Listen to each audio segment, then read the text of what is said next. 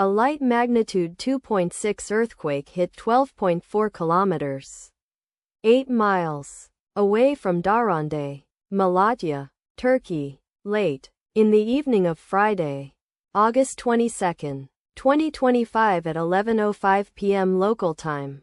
Europe, Istanbul GMT +3. The quake had a very shallow depth of 7 kilometers, 4.3 miles, and was not felt, or at least not reported so. First to report, EMSC after 10 minutes.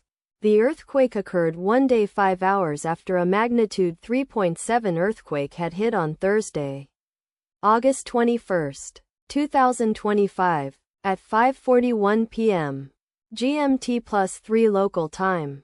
In 45 kilometers, 28 miles, distance to the south. Data source from Volcano Discovery. Did you feel it? Let us pray. May the earthquake that occurred not affect our brothers and sisters there.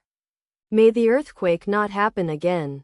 And may God protect everyone. Amen.